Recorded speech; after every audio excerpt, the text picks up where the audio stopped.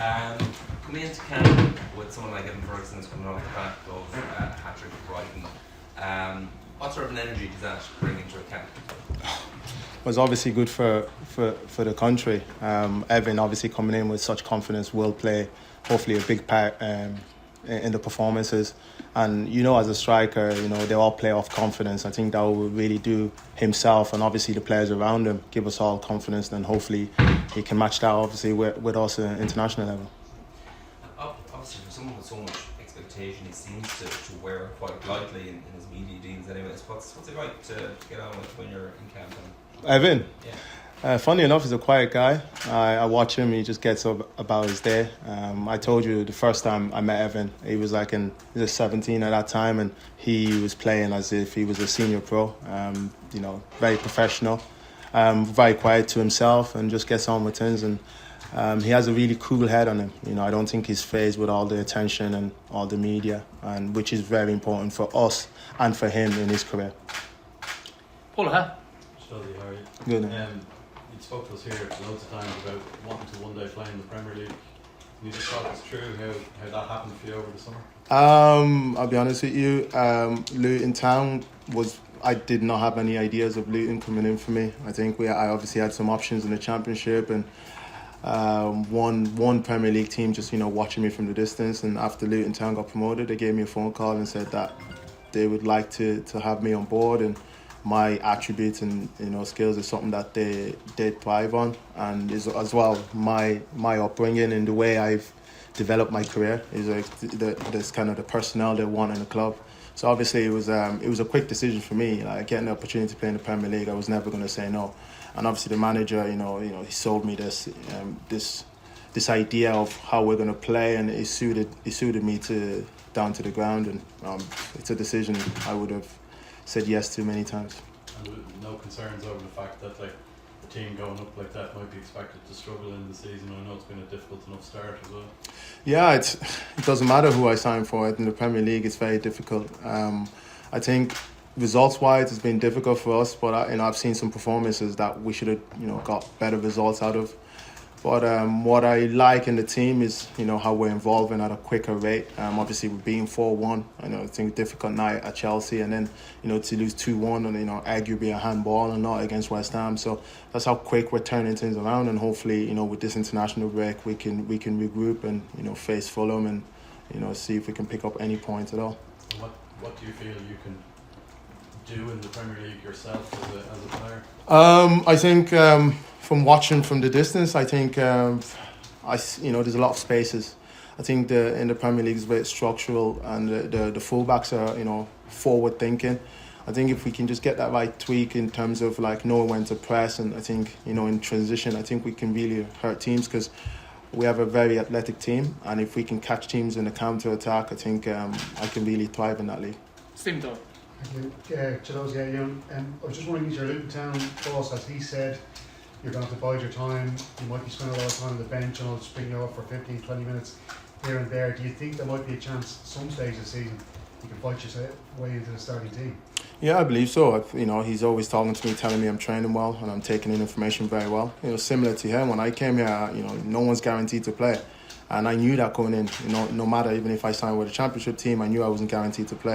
And we have a really strong squad. You see the way the strikers play, very physical. So I'm trying to learn that, as well as learn the wide side as well. So as I said, there's a lot of information you have to take in. But I'm very patient. I know the level is to step up, and I will buy my time. And I just have to be ready when I get my time to make sure I take the opportunity. But I think it'll be arrogant of me to say that I should be playing, because the players that got Luton Town to the Premier League are very good players, and I just have to respect that and just try to learn off them and be ready for my chance. How hard will it be for you to reproduce your performance that you did against France? Because I think there was a feeling you really got that game with the scruff of the neck and really got stuck into that French team. How confident are you can reproduce that again on Thursday night? Well, I think we're confident if we can increase the intensity that we played with in Aviva. We always give ourselves a right chance. Doesn't matter who we play. I think we just hopefully we can get a reward for our efforts early on, and have something to hang on to. I think we had great chances and we just couldn't. The keeper had a very good night, and obviously we were stunned by that long range effort from Pavard, and that's the difference in this level. That's just one chance, one goal changes everything, and hopefully now the fortune will fall in our hands now if we can start with that intensity and get reward for our efforts, and who knows what will happen. And you went toe to toe with Kylian Mbappe very well. Is that a kind of a game then when you're going in? The manager probably doesn't need to speak to you. Are you just really up for trying to take on Kylian Mbappe yourself? No, I think the occasion is very big. I don't think I go in there trying to play 1v1 with a player. I think I'm really privileged to be here, and you've seen a Pacta Viva, what it means to the country, and I think that kind of atmosphere creates kind of that fire in every player to perform for yourself, for the country, and for your family. So I think it doesn't matter who we play. I should have that burning fire within me just to hopefully, if Mbappe is not playing, I will still hope to put such performances out, because we all want to win games and we want to pick points up. So I think obviously I'm fortunate I was able to perform on that night, but I will put pressure on myself to make sure I can perform like that again, whoever I come up against. John Fan, please. If you just got on that night, you had a particular effective night. Where did you see somewhere? What area did you see you could get at France?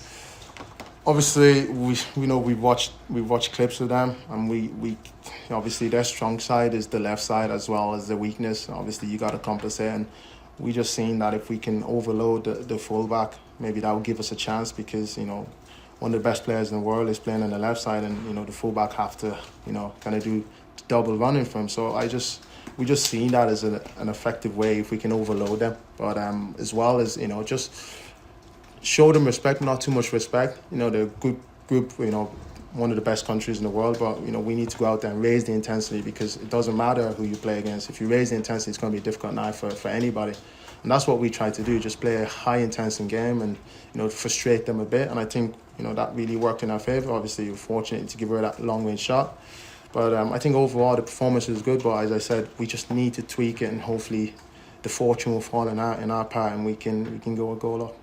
And just secondly there, as we know we missed you in June, like hamstring again. Yeah. Like, have you had to change? Have you had advice in your game? Is there anything you can do, or do you just know when you clutch it that it's torn? Or I think I've been fortunate. The hamstrings I've always had it is not been from sprinting without any contact. It's only been contact. So stuff like that I can't prevent. Being nudged or being carrying the weight of someone on your body. Doesn't matter how much injury prevention or yoga I do, that's very difficult to prevent. So when I did speak to the physios, he's looked at my record and said I haven't been sprinting on my own and pulled my hamstrings. So that's a good sign. It's always induced by a nudge, and that's very difficult to prevent. So that's given me confidence that I'm doing what I can. But as I said, I do a lot of yoga. I do everything. It's some things meant to be as well. In the championship, I played a lot of games repetitively. So that could play a part, but who knows? I'll continue to do what I do, and I've been fortunate enough. I've had many. When I do have one, I know it is a difficult one, but I don't have recurring as often as players of my caliber should have. Just a question each from now on, because we've got 4 people to get round and 3 minutes left. So David, no, so David. You mentioned actually earlier about when Luton asked you to come to sign, that the reason was obviously your upbringing in terms of where you've been in the game. So there's no doubt then as soon as you get there, you're like, right, I can relax now because you've made it. No. I was dying to be involved in the team. I've played in the Premier 3 games now, and I'm upset that I'm not starting. So it's a good sign for me, and obviously the manager knows that. But I don't want to just play in the Premier, just say I compete in the Premier League. I want to be effective in the Premier League and see where my career can go again. And I have small targets and goals in life. The main one was international football, Premier League. Now, after a couple of months, hopefully I'll, set another goal for myself to push on. If not, my goal right now is to hopefully as a team survive in the Premier League and see what we can do. So I always have goals for myself. Neil Regan, please. Sure. I think you've been on trial at Chelsea before. Can I just ask you what it was like going back there to Stamford Bridge as a Premier League player? Did you get a chance to reflect on how far you've come and how you might, if first you don't succeed in that kind of approach? I remember speaking to my family, and my brother said to me, I remember when you went on a 2-week trial at Chelsea, who would have thought, huh? And we laughed about it, but I think I have to give myself some credit and how far I've come in 6 years. As I said, from 6 years, Limerick FC to the Premier League, it's, my manager said it's 1 in 200,000 people do that. Which manager was that? Joe Gamble. So I had him, and he said that's 1 in 200. Because I rang him for advice, and I said, I had this opportunity, and he told me you had to take it, and it was a decision I was obviously never going to say no to. Aidan? Chiedozie, there's 50 odd teams playing in the qualifiers this week, but in terms of the challenge to France, they're at home, they have a full house. Apart from Kanate, they're at full strength. They've left out a lot of players. I think they've 14 sheets in a row. Is this the biggest challenge in Europe at the moment, do you think? For us right now, yes. It's the next game. It's the next game. It's the biggest challenge that we can face in this moment of time. Right now, if we can, get a good result, I think we're back in control of our destiny. I said it. I had a serious discussion, and I said, let's be realistic here. We need something like 3 or 4 points here to being competitive again. We've put that kind of pressure on ourselves. I know we're playing Holland and France, but we need to get at least 4 points to have control of our destiny. Obviously, 3 points puts us back into it, but we're not in control, and we want to be in control. So that's the pressure the managers put on us, and that's the pressure we're putting on ourselves. And I'm sure we all want to achieve that, but we can't go in there saying that it's the biggest game just to play the biggest game. We want to qualify for Germany, and we're not just here to compete. So we're pushing to qualify. Final question from Philip, please. It's just upon what Neil said there, and you made yourself 6 years. I was just going to back your Irish debut of the show. I think it was summer of June 2021. Have you surprised? Has that journey surprised you? As you made your Irish debut, I think a couple of minutes came on, you made an impression. Was it Qatar? I think it might be Hungary, yeah. And you looked like you were very comfortable in that level. And have you surprised where you are now in 2 years? And does that give you confidence going forward for big challenges like Paris, France? Exactly. I'll be honest with you, yes, I didn't think my international career was going to take off as quickly as it did. But as I said, I was fortunate enough to have, Keith Andrews helping me every day, and the players as well, that took me in. So, but yeah, who would have thought 2 years later I would have been in the Premier League? But that's what gives me confidence, when someone asks me, is Premier League the ceiling? It's not, because what I've achieved in 2 years, I don't think many people have. So I've told myself I've got here, and now I have to improve again to be better. I'm 26. I'm hoping I'll be sitting here in 2 years' time at 28, encouraging young lads and saying, listen, look at my journey, look what I've come, and hopefully they can be better than me. But I'm still ambitious no matter what. I think being here as well, I don't take this for granted. When I got the phone call, I was obviously going to come, and I still get butterflies every time I come here. So it's the same feeling I had 2 years ago that I have now, and that gives me confidence I'm going to push on. No fear. No fear, sir. Thank you very much. Thank you very much. Jason Thank you, is guys. coming up now.